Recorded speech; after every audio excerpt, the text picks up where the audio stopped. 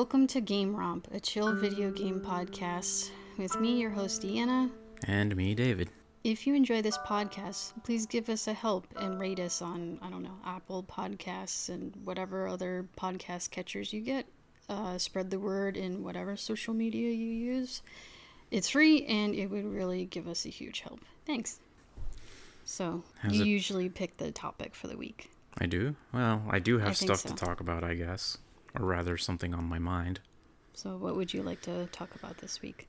So I've been thinking about the games I've been playing and like games that I want to play. And I guess one of the big issues at the moment is just budget. Like, I'm not swimming in money, so I'm trying to be frugal with what I play.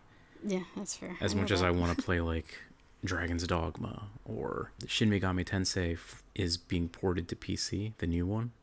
It's like, oh wow, I want to get that, but then I'm like, I don't think I can justify that. Like, I mean, I could buy it. Are they both like $60, $70? Yeah, they're both full price, AAA games. Oof. And the last time I bought one was Unicorn Overlord. So like everything I've been playing lately has been like either Fallout 76, which you buy once and play forever, and they update for free, or games that like on Epic gives away a ton of games. So I'm like, oh, let me see what games on here I could play. And I did play like I think it's called Orcs Must Die 3, because I played the first two. Yep. And I mean, that's a whole other discussion as whether I like that game or not. It's fine. I don't think I'm going to play any more of it. And then I thought, what about free-to-play games? I don't know how this popped up in my mind, or I was on YouTube looking at, random videos. YouTube, the algorithm recommends, right? And I think one of them eventually pointed me towards either music or, you know what it was? I think it was, I saw a video called The Best Game You Should Never Play. Huh. And it was Genshin Impact. So I'm like watching it. And was it one of those like video essays? Yeah. And I was watching it and just like, I used to play Genshin Impact. I haven't played it in forever. There's a lot of nostalgia and like the music too. Like it's got a lot of good music. The game is really good. And like they said, the best game you should never play. It's a really good game with a lot of good systems and a lot of good stories and a lot of fun characters. But it's tied all together with that Gotchya monetary system where it's free to play, but the way they get the money is like people will pay to basically gamble on the Gotchya. I understand that, but when they say the best game you should never play, but that's like would be more for people who have a hard time controlling their spending. Well, I mean, that is one aspect of it. For somebody who's like, who can't control their spending or who's like got an addictive personality and they're like, oh, this new character is out and do I have enough free currency to get them? No. Am I going to spend like $50, $100 to get them? If you're that kind of person, then yeah, maybe you shouldn't. I played Genshin Impact, I don't even know how many hours, hundreds, at least 100 hours. And I've never spent a penny, and I never will, because I just don't like the Gotcha system. If they would just like sell the game as a full price game, like $60, $70, and then like each expansion be like, I don't know, 30, 40 or whatever, I would more than happy give them that money. But they make way more money on whales who are willing to spend like $1,000 at a time. Yeah, it's a really weird system. It's weird because it's, on one hand, you could call that unfortunate because obviously they're going to play up certain aspects of the game in order to get those whales to spend that kind of money. Exactly. But on the other hand, if you can spend hundreds of hours and manage to never spend a penny, it's really good. Yeah, that seems like a fucking great deal. Yeah, I mean, for me it was. I got to experience the big open world, and like the thing is like you can't get every character you like. Some of the characters, I mean, if you don't know what a gacha game is, like some of the characters are like rated, there's two classes of characters. There's a 4-star and 5-star, and the 4 stars you can get like one every 10 gacha pulls, but the 5 stars are like one every 90. Jesus. And the gacha pull takes a while to save up for if you're a free to play character. And again, it's all random, so the longer the game goes, the more characters there are, the smaller chance that you can get the character you like. So if, like, for example, if you just start playing the game now and you go to the beginning area, it's kind of like a medieval Europe, and you meet the knights, and the temporary head of the knights is this lady called Jean. She's really cool looking, and she's a swordswoman, and she's like a mix of magic and swords, and she's got this like wind power where she can like pull enemies and like throw them off cliffs, and it's really cool. But she's a 5-star, so it's really hard to get her. Whereas if you see like there's this other girl who's like a wind magician alchemist girl or whatever, and she like uses wind magic, and she's only a 4-star, so she's slightly easier to get, but like it's still totally random. Like there's this nun character who's like she's like a goth priestess, and she uses her element is ice, and she has a spear. She's a 4-star, so she should be easier to get, but it's also still totally random, and I don't have her on my account, even though it would be cool to have her. So it's like you can't really, for the most part, choose which characters you play. You get your main character, and you get given a few other characters, but like for the most part it's just random who you get. And so for some people who really want this waifu or husband or whatever, they can go crazy with like, oh, I gotta put money to get this, or drive themselves crazy grinding up the free currency to. It's just not a nice way to monetize the game, which I don't like. But yes, on the other hand, I've gotten at least 100 hours of playtime out of this game without paying anything. And while I do have some characters I wish I had, I do have a lot of characters that I do really like. Like I do have Jean, and I know a lot of people really wish they had Jean, or they used to. I don't know now, but there's a lot of characters you wish you could have, and some characters you do have. And I even have a rare character that I never use because I don't want to use them. So it's like, it's kind of just, it's a lottery basically with the characters. Now I got a couple of questions, and maybe people listening do too. When you say there are 4-stars and 5-star characters, are there 1, 2, 3s? No. So they just start at 4. Yeah, it's a really dumb system. I think it's just it's like a way to manipulate your mind. Yeah, because it's the higher numbers. Yeah, you could easily say this is the 1-star or 2-star. Yeah, or this is like the regular characters, and these are the special characters. It's super just rare. Yeah, I think that's what they did in the cat gotcha game.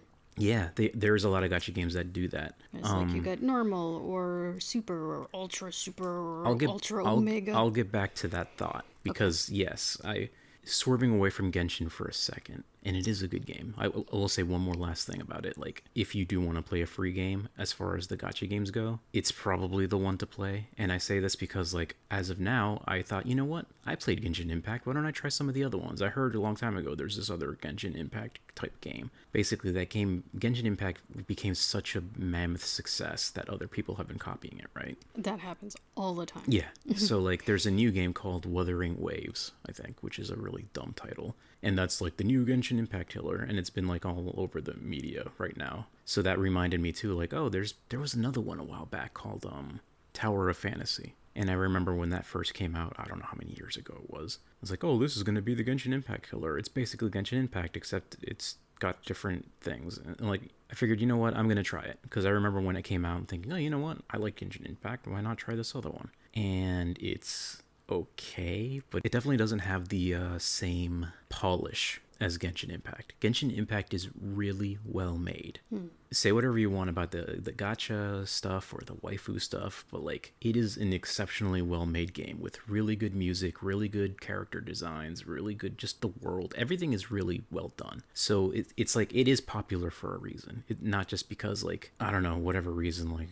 So they are trying to go for things like the whales, but they actually do put effort into their game. Yeah. Unlike some other companies where it's just like trash from whatever free, like, yeah, Unreal community assets. I wouldn't even say that the other game I played was trash. It just, if Genshin Impact, oh boy, rating it, like, if Genshin Impact is like a 9 out of 10, the Tale of Tower of Fantasy or whatever I played was probably like a 7 out of 10 if I'm being generous, maybe 6 out of 10 if I'm including its ridiculous story. So average. Yeah, it just really was not that good. Having played that for a little bit, and I tried also another one, I forget the name of it, which was a turn-based one.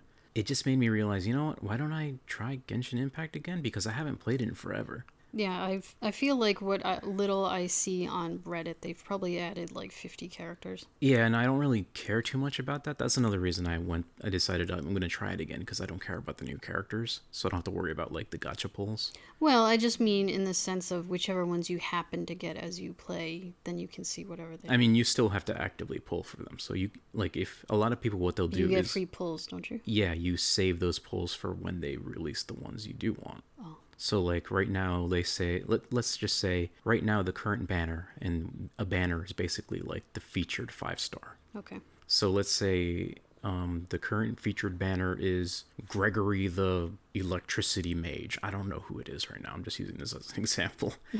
And Gregory does not exist. yeah, so like you're like, oh wow, Gregory looks cool. I'm gonna pull for him. If you throw in your gotcha pulls, you have a 50-50 chance of when you hit that 90 to be guaranteed to get him. Oh god, this is really confusing. This is gonna take math. Basically, to pull these characters, yeah, you're basically like spinning like a casino roulette or whatever, right?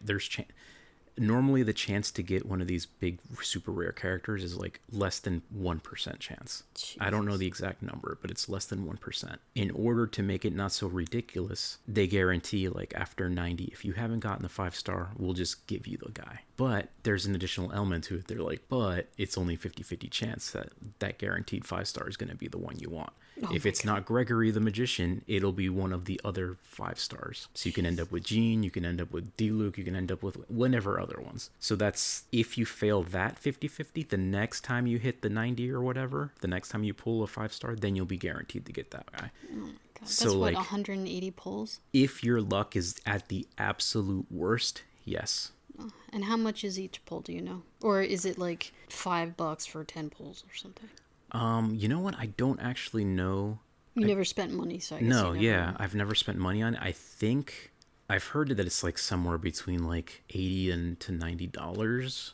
You To know get what? up to the 90? You know what? I don't want to say because I don't know. Okay, fair. So But it's a lot of money. It's more than a regular AAA yes, game. it's more than just buying a new game. Yeah. But the thing is, like, there is that 90 marker, but there's also what they call, this is gotcha terminology, soft pity. And soft pity starts at 75, I think. Once you hit 75, if you still haven't got them, your chances to get them just continuously exponentially grow until you hit 90, where it's like 100%. So chances are you probably only need to do 75 to 80 or so. Oh, okay. Yeah, like I said, it's kind of a mess. And again, this is the thing about the gacha system that is horrible, where it's like you can't really, if you really want to play this cool character, you basically got to plan ahead in the resources. Like, I need to save this many pulls to get this character. So people can drive themselves crazy over that. Yeah, I can imagine. And one of the reasons I'm like, you know what, I'm going to go back and play this game is because I'm seeing the current banners in the next one, and it's like, I don't care about these characters, so I'm not going to worry about all that. I just want to experience the new worlds, or the new expansions, because when I originally played the game, there was Mondstadt, which is like medieval Europe. There's Liyue, which is like China. Then there was the island, which was like basically Japan. I don't remember what it's called. But then they added 2 more areas. One's like, I think based on Korea or something, or Russia.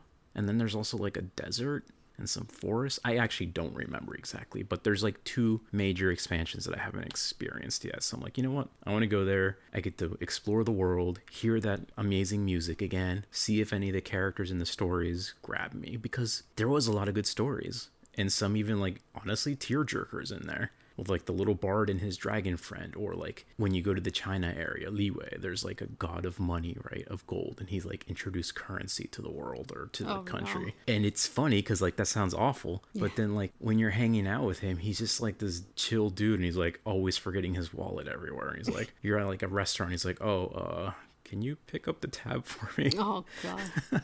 It's silly. It's fun. He created the issue that he suffers from.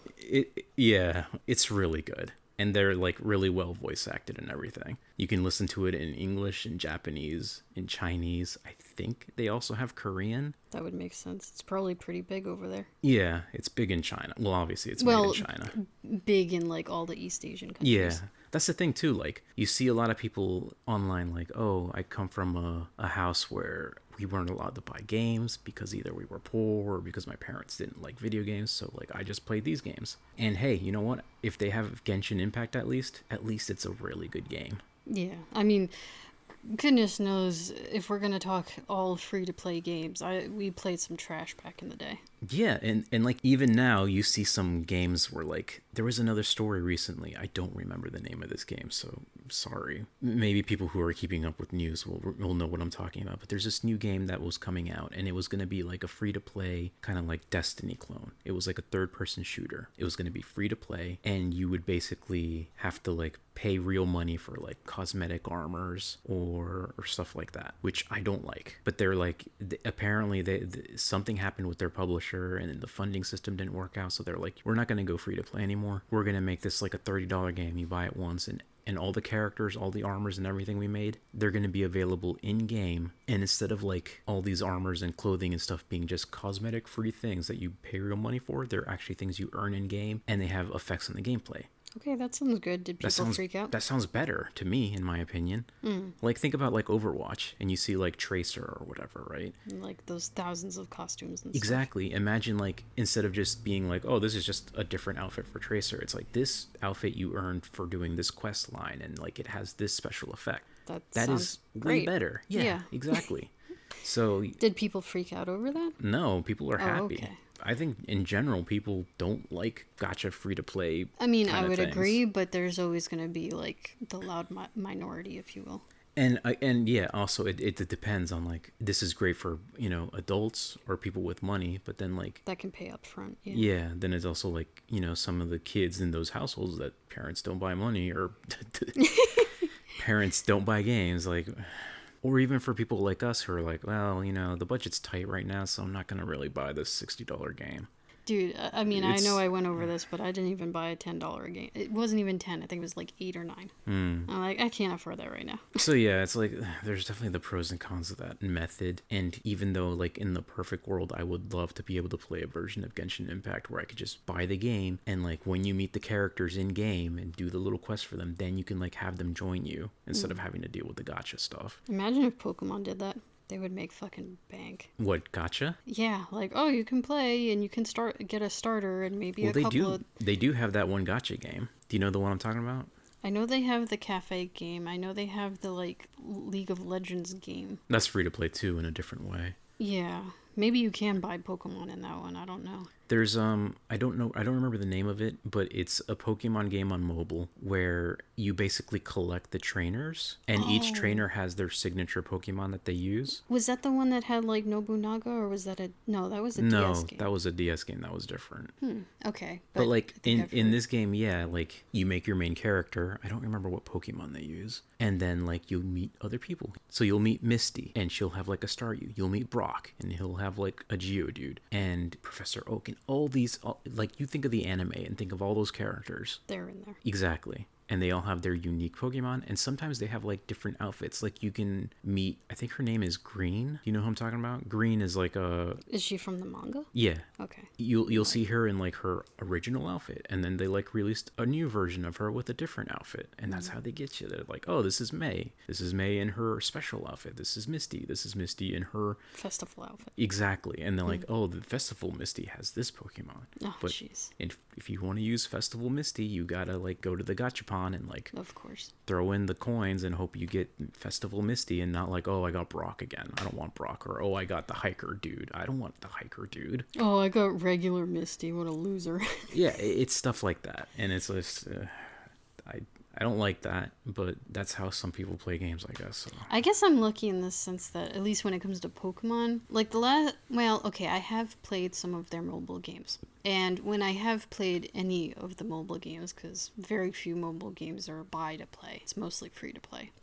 And they have those gotcha mechanics or buy this, buy that. I have bought items before from many different games, but the trick with that, at least, is that I only use money that I have gained from doing those Google surveys. I don't think I've ever paid for apps out of my own pocket. Yeah, true. I've done that too with, there was a while back I was really into the Metal Slug mobile game. Yeah, I remember that. And it was like, yeah, you get like, it was almost like a trading card game in a way, where like you get like a deck of 10 spaces and you fill those 10 spaces with different units.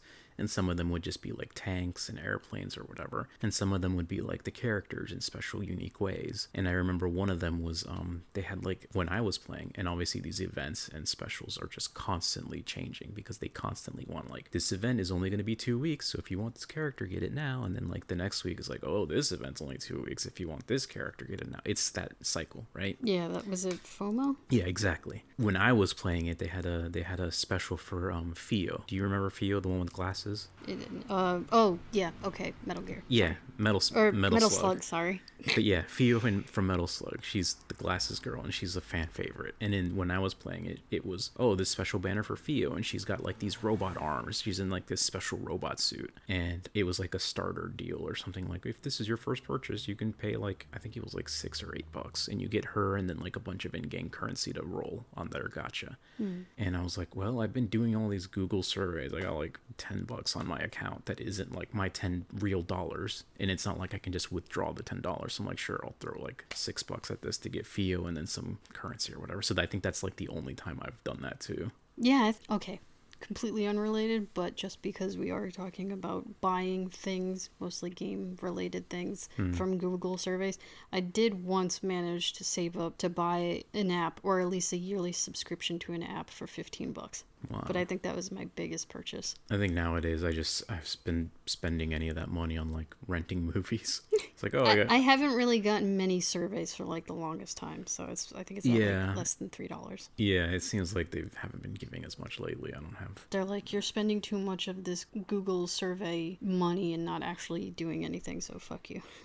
Well, it's definitely an interesting way to get free money. Or the ones just like, do you live in West Virginia? Yes, no, I don't know. Okay.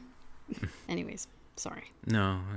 We couldn't talk about the old free-to-play games. Actually, you know what? There were other ones like that, like MapleStory. We played a lot of MapleStory. Yeah, I think MapleStory was the one that started mostly the gotcha shit. I don't think it was Gotcha back then. I think it was... They did add an actual Gotcha machine, but that might have been slightly later. I seem to remember it was like, oh, they had like the store where you would buy, like, for example, angel wings, and like you could get the angel wings for like a week or a month or something. It might have changed over time, but last time I checked out MapleStory for shits and giggles, it was cosmetic items were usually 90 days. That's so weird. Yeah, and I remember as playing this as a literal teenager, that's in a way kind of how we met, or well, kind of built up our relationship online through MapleStory after meeting. Yeah, because we met like on art stuff, and we chatted on AOL Instant Messenger, and then MapleStory was like the first game we played together. Yeah, and I remember even way back then that like, oh, I like this cosmetic item, like, I don't know, say kitty ears or something silly. But then I remember, oh, if I buy this, it's like $5, $10, say $5 back then. It's only going to last me 3 months and then I got to repurchase it. It seems kind of weird. So I managed to like never buy that either, because even as a kid, I was like, that doesn't make sense. Yeah, that's so weird. Because like, say what you will about like Genshin and like a lot of these other games, like you buy the thing, you keep it. Yeah. Even like thinking about like WoW, and like there was a time when people were riding around like a spectral steed, I guess. It's like a unicorn with like stars. Space unicorn. There's so many different pets and mounts, and wow, I can't keep track of them all. But yeah, you buy it once and then you use it forever. And like, I've never had any of those in WoW, but like, I think there was a big kerfuffle over that one because it was $25, wasn't it?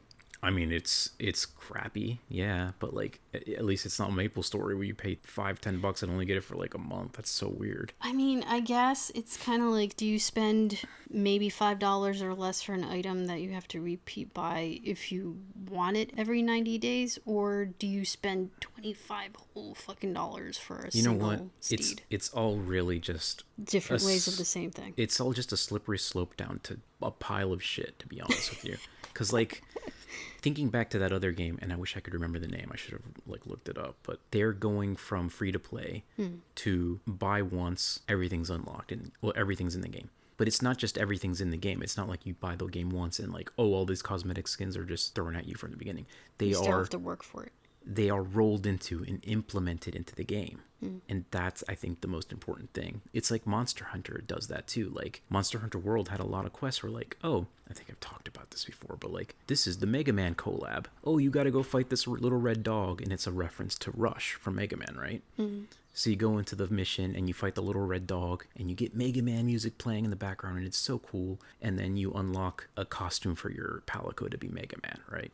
It's all gameplay. But what they could do is just like, new Mega Man collab. It's $10 to get this thing for your cat, and it's just like no mission. Yeah, that would suck, but I'm sure they would be happy to do that just for the They money. do, because Monster Hunter Rise has done a lot of that, where it's like, oh, look at these cool plushie weapons. This is a sword and shield, except it's in the shape of like Puke Puke, and it's a plushie. It's not like a character being like, oh, I want to make this plushie Puke Puke for fun. I need you to go out and do this quest for me to be able to unlock this. It's just go to Steam, pay $5 and you got it, or pay $10 and you got it, whatever the price is. And that's it. It's not a quest. It's not an addition to the game. It's just go to Steam, pay money, you got it. And that is so bad. I just can't stand it. That's unfortunate because, like, yeah, I get it. Obviously, the gameplay way is much more interesting, and it gets people playing their game, which shows up in stats, and I'm sure there's something that looks good towards. But of course, companies are going to start doing this thing of like, hey, we got this special collab item happening, pay us money and you get it, and people will still fucking pay money, and that might not necessarily give them the same game stats as putting it in as a quest, but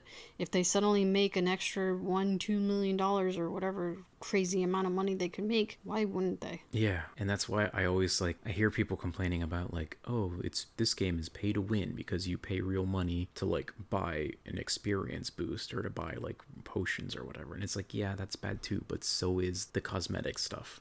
Sometimes you hear people like, oh, the paid DLC or the paid microtransactions and are just cosmetic. Don't worry, it's not going to affect your gameplay. But it's like, it is, because that cool outfit could have been a rewarding game. It could have been in a chest somewhere in the world. It could have been a character you meet that gives you a quest to go do this. It could have even been a crafting recipe, like something, an adventure to have in the game, and not just go to Steam and pay $10. I mean, maybe it's different now because none of the games I currently play deal with any of this shit. So I'm not really currently exposed to this. Well, okay, true. Not that you currently play, but there's another one that comes to mind that we both played recently, and it was Palia. Remember Palia? Yeah. Palia, it was like a cute, kind of like I did enjoy it for a while. Stardew, Harvest Moon kind of game with a really nice art style. It was a beautiful game, but like in order to get any new outfits besides like the ones you choose at the very beginning, you had to basically just pay real money. That was tough because, and I agreed for the most part, like, okay, I'm gonna be one of those people that from the early days, people buying cosmetics, whether it's MapleStory or whatnot, or even here now in Palia, did not bother me as much. Okay, maybe I really wanted this outfit, or this Palia outfit was really pretty, but I'm not going to pay money right now. Fine, whatever. I can deal with that. I was always on the mind of not liking games like MapleStory, where you could pay to win in the sense of, pay us $10 and for 24 hours, we'll give you double the XP, which now that I think of it, if it was a 24-hour ticket, if you will. I don't know if that was the 24 hours when you activated the item or 24 hours like collectively, like over a period of multiple days or a week or something, but whatever. But it was still, you were paying money in order to make this game shorter, which everyone knows who's ever touched MapleStory knows how fucking grindy that shit is. I never made it probably to level 50, and that was like hours upon hours, and I just got sick of it. Yeah. But when it came to Palia, I could handle the outfits. That was fine, whatever. The biggest kerfuffle that ended up happening, and I haven't been in the community since that kerfuffle, so I don't know if they fixed it or what has happened since then.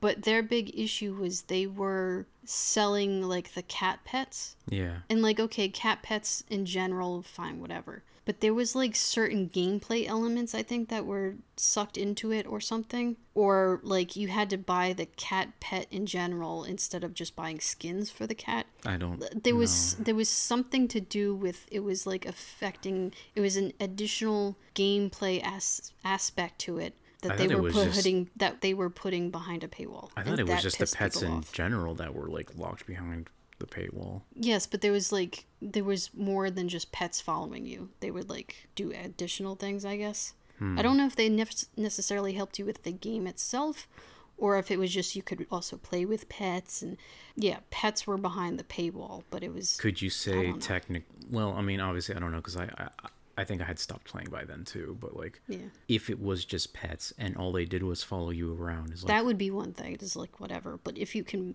see, play with the pets, to me that still isn't just stuff. whatever. To me that isn't just whatever, because it's still a gameplay thing. Even if that quote unquote gameplay thing is just, ooh, look at this pretty thing that's on my character or next to my character. That is something that like either you earned in game by doing a quest. Maybe you found this cat, maybe you crafted this robe, or maybe you found this cool cool hat in a chest versus B, going to their store and throwing $5 at the game. Both of those to me are bad. I mean, one is more egregious than others to some people, but to me, it's bad because it's not so much that it's like, it's not like pay to win, but it's more like pay to make us not play your game. Like, this could be a thing in the game. Like, there's a lot of these outfits. One of them was, like, hunter themed. Like, this is the deer hunter outfit. But it's like, you don't get it from hunting the deers and talking to, like, a hunter person. You got it from throwing $5 or whatever at the game. Yeah, I guess that. What if there was, like... Because I'm just thinking, again, the old school thing of you either pay them in microtransactions for cosmetics that just look like things, or you pay them for things that affect the game, like getting double XP for a certain amount of time, or buying special potions or shit like that.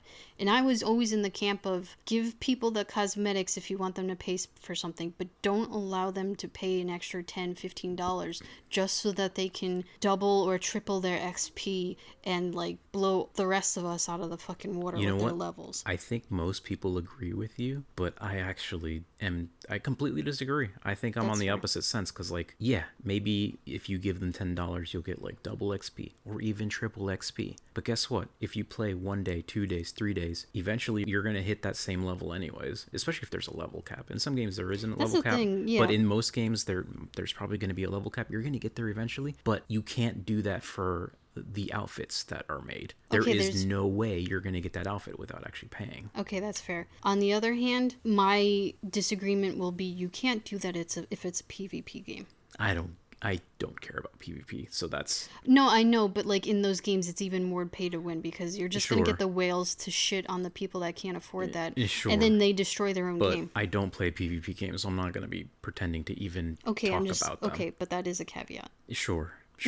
And my caveat is I just don't play PvP games.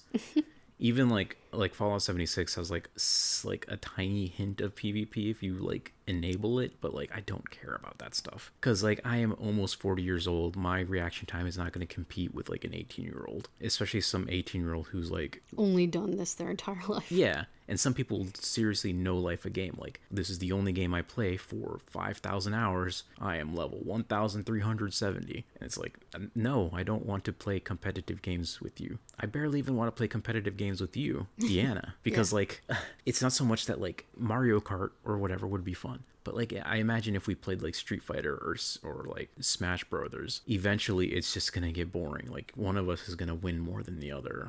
Yeah, that's fair. And like it's just I'd rather play co-op. Yeah. I'm not a competitive person in that sense. Although what about Mario Party in the sense that like that can just scramble things so much that it doesn't really matter. Yeah. Games like Mario Party or Mario Kart or any game that has like that randomness to it. Like even Hearthstone really.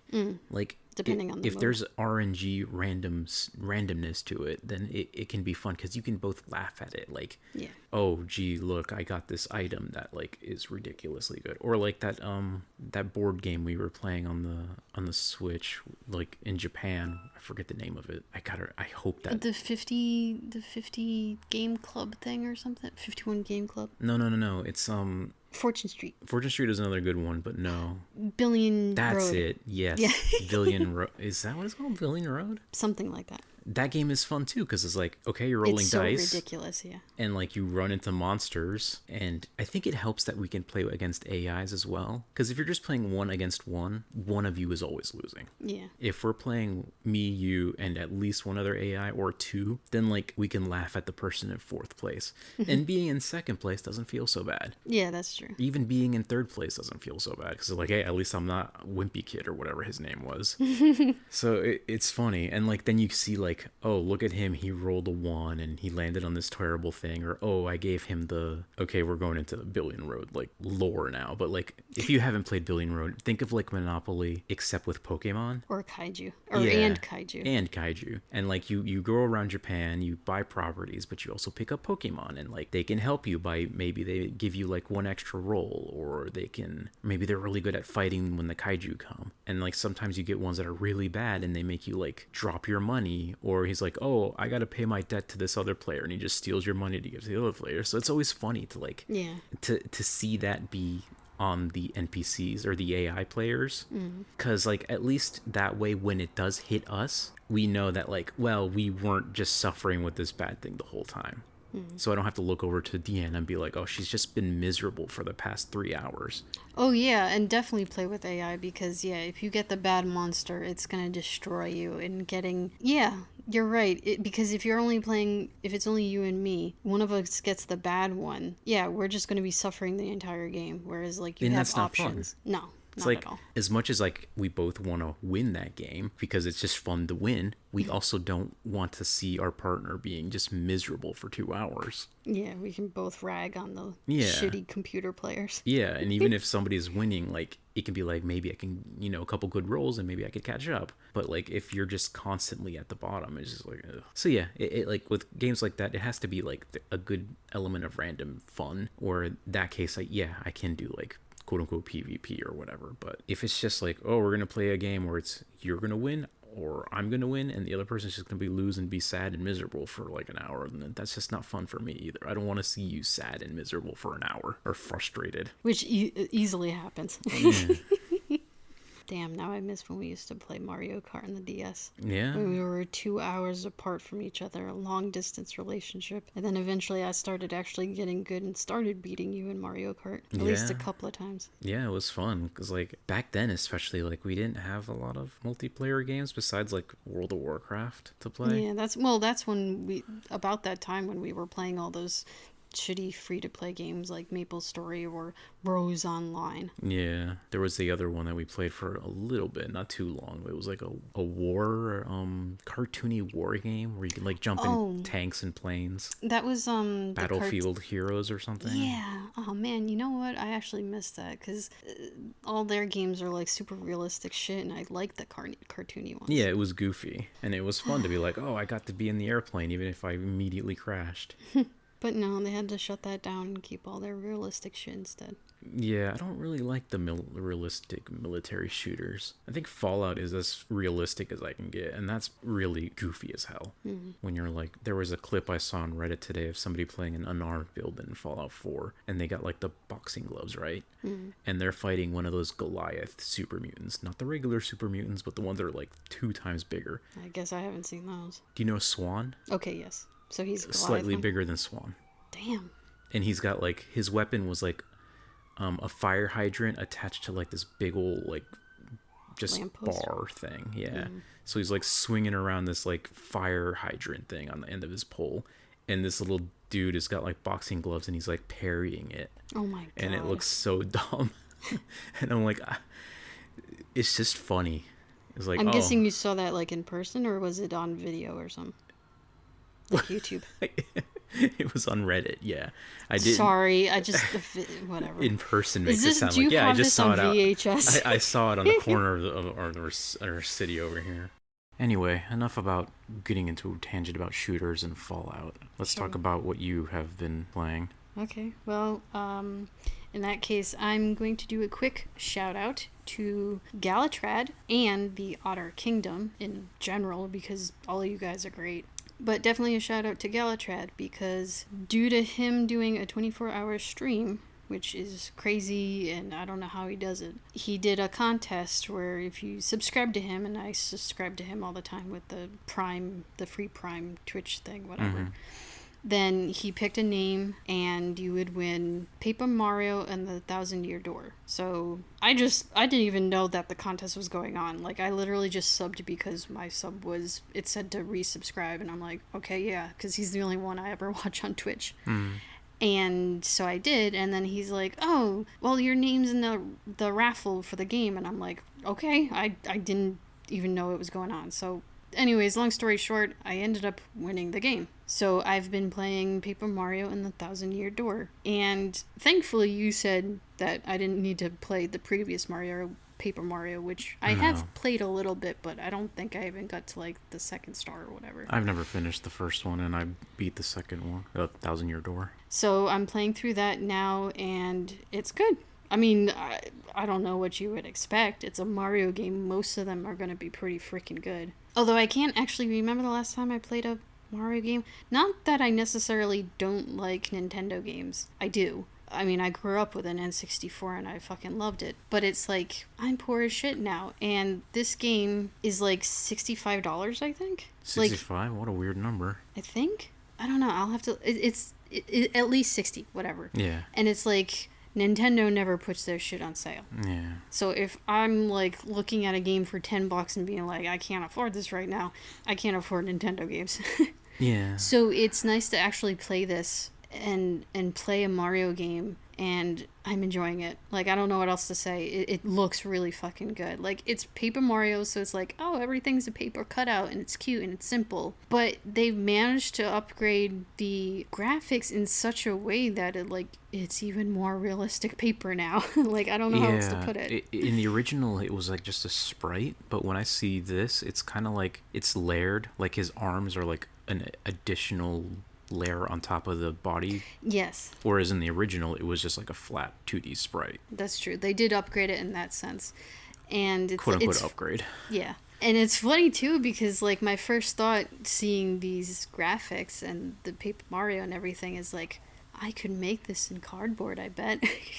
Yeah, I guess so. Because, I mean, all the little other characters, and I don't know, it's just really good, and it's funny, and it's also unintentionally funny, I think, because sometimes the AI really goofs up. Like, for whatever reason, the characters, when they follow you, for some reason, don't follow you exactly where you have been. They follow the general idea of where you've been, so if you cut around a corner too quickly, like behind a barrier or something, they won't make it past the barrier. They'll just stay on the stairs. Yeah. And for the most part, it's just like, it doesn't really matter. They'll just hop to where you are 5 seconds later anyways. But it's funny because sometimes, I think I took the clip, I'll have to see if it's possible to see the clip, but like, one of the characters just fucking falls out the window because the AI doesn't follow exactly where I was. Yeah. And it just falls to his quote-unquote death, and then he just like zooms back to you anyways. But it was kind of funny. It's like, dude, you didn't have to just jump out the window like that. What the hell? That's funny. The story's, I guess, the basic thing. Like, Bowser's not the biggest meanie in the land this time. He's just one of them. Is this... I don't know. I don't want to say too much because, okay, I've played it and I beat it, so I don't want to spoil anything, but... Yeah, I don't think I'm not even probably a quarter. I think I just finished chapter 1. I don't know how many chapters there are. Yeah, you know what? Never mind then. But yeah, I liked it too when I played it back in the day, and it's interesting to see. I really like the music is good but different and weird. Like, if that makes sense. Like, it's not bad music; it's good. Actually, now that you think about it, I mean, maybe the only music that jumped out to me was a little bit of was it Dr. Frankly, the little Goomba guy? I think the music in that was kind of like crazy different. Other than that, I don't memorize any of the music. Yeah, like, nothing stands out. It's weird. It's got like a whole different feel to it, especially like some of the like Rogueport has a very, and like the undertunnels underneath Rogueport. It has such a I'm not a music person, but it has like such a like alien feel to it. Like it's synthetic obviously, but like I don't know, it just sounds so different than Mario music normally does, and it's Is it all synthetic or it's the synthesizer? Yeah, synthesizer. Is it all synthesizer? Because like I could have sworn they've used orchestra from like Mario Odyssey or whatever.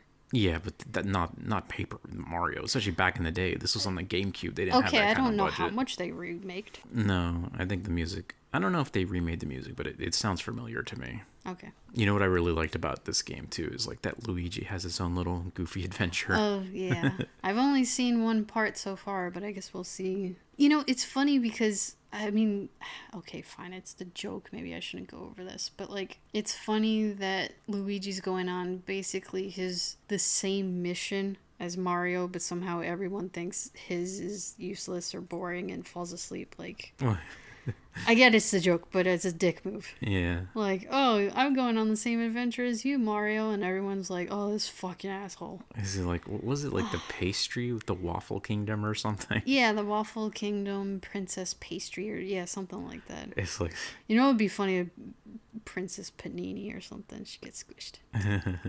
I remember in the N64 Paper Mario, there was like a Ninja Turtles reference. Like at some point you had to fight a boss and it's basically 4 Koopa ninjas. Oh, jeez. But other than that, I don't remember that game too much. I never beat that one, but I definitely beat 1000 Year Door. And The only thing I'll say in this, I don't know, but the only thing I kind of wish that they had in this game from one of the other Mario games that I have played probably 3 hours in, I wish Mario and Luigi had the fake little Italian accents that they had in the Well, Bowser game things. yeah, that's the Mario and Luigi games. Okay, sorry. That's the thing though, like Luigi in this game is his own character and he actually talks. Whereas in the Mario and Luigi game, they were both kind of like that silent protagonist thing. Yeah, but they weren't necessarily. They were silent, but not silent, because they had their little gibberish conversations. Yeah, but they never said anything like legible. Whereas Luigi is telling you stories in this game. He's speaking. But like when he's speaking, okay, they got the text, but they still make sound. I just wish it was that sound instead. Oh, do you see what I mean? I guess. I mean, the little voices that they use for the text do sound like the characters. Toads sound like Toads. Luigi sounds like Luigi. It just isn't gibberish. Well, it is gibberish. It's a different gibberish. I guess. I just. Really I know what you're talking about. Yeah, I'm not gonna fault you for that. But you're so cute. Well, I hope you keep playing it. You haven't played it in a while, so. Yeah, I gotta play it after this probably. Make this a jump for you. I mean, basically, if I'm supposed to be speaking about games now, I actually have to play them.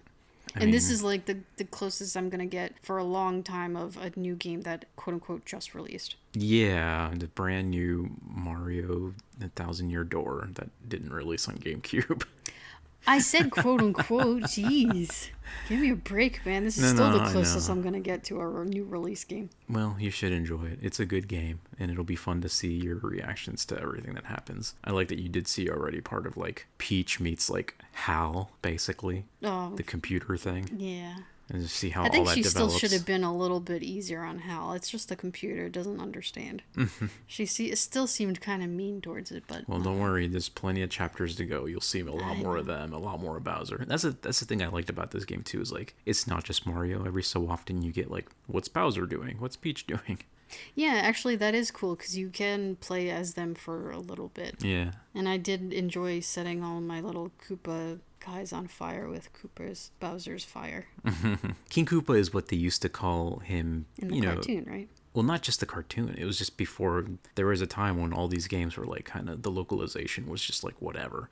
When Eggman was Dr. Robotnik. When Peach was Princess Toadstool. Exactly. But it's weird because those localization names are perfectly fine too. Like which one was correct? Is Peachy the Japanese version? Peach is a Japanese and that's what we're sticking with. Same for Eggman. Eggman is what we're sticking with, unfortunately, because I like Robotnik a lot more. Yeah, Princess Toadstool makes more sense. They kind of tried to they kind of try to twist it into lore for Sonic, because in Sonic Adventure, he introduces himself as like, I'm Dr. Evil Robotnik, or whatever he says, and Sonic's like, yeah, Eggman, is like as a taunt. But then they just like, oh, I'm just Eggman. And it's like, well, I don't know. It's weird. It's fine. Did he call him Eggman just because he was so circular? Well, yeah, I think that was the joke too. Oh, and okay. And it makes sense because a lot of even in the old games, like the Death Egg, which is, the Death Star, except it's the Death Egg. Yeah, that makes sense. But like as a kid, like I didn't know he was Eggman. I just, he's Dr. Robotnik and he made the Death Egg. Why is it called the Death Egg? I don't know, because it's funny. In the Game Gear game, there's like the Scrambled Egg Zone. And it's like, oh, Robotnik likes eggs. It wasn't until later it's like, oh, Robotnik is actually Eggman, and that's why it's all called that. But yeah, interesting stuff. Localization. Now another random tangent, but he's Dr. Robotnik in the new movies, right? Because they can't go off the joke that he's Eggman if he's not round shaped, right? Like he's I don't remember. I mean, we watched the movies once, so I don't remember the exact lore. And obviously it's just a kids show, so who cares? But like I think they kind of use both of them in there as like a little reference for the adults in a way that like it doesn't really matter. It's just fun for everybody, like Eggman, Robotnik, whatever. I was just like, well, if Sonic called him Eggman because he was so round, he can't do that in the movies because Jim Carrey is skinny as shit.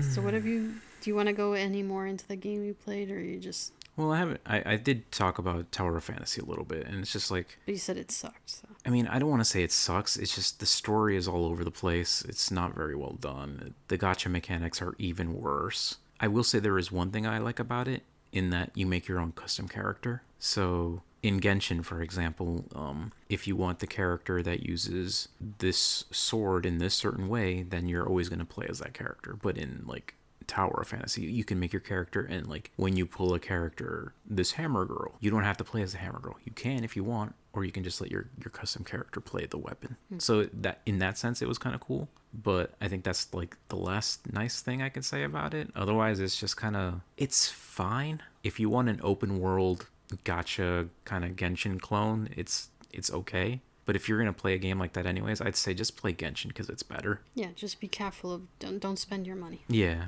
Or at least not much. I mean, I wouldn't, don't get into the habit of giving them any money. No, I know, but on the other hand, if you manage to get 100 or more hours, I guess, but like at the same time, if you can handle it, you can give them $10 or something. At the same time, it feels just, and this is me moralizing, I guess.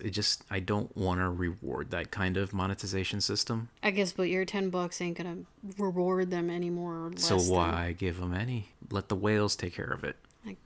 I guess. I don't know. You do you. I am not going to give them any money. If they would just release the game normally as like a full price game and like everything was unlockable in game through quests and story, then I would. I would happily pay 60 plus 40 for every expansion because those expansions are huge. Hell, I'd pay 60 for each of those expansions. I don't care. They're big. Like the Japanese one had like, I should like note how many hours I play into these games, but it was just massive. And like I said, they had like the European section, which was really small actually, the Chinese section. Japan was one expansion. Then there was another one that I didn't play. And then there's another one still that I haven't played. So I have like 2 extra expansions to go through.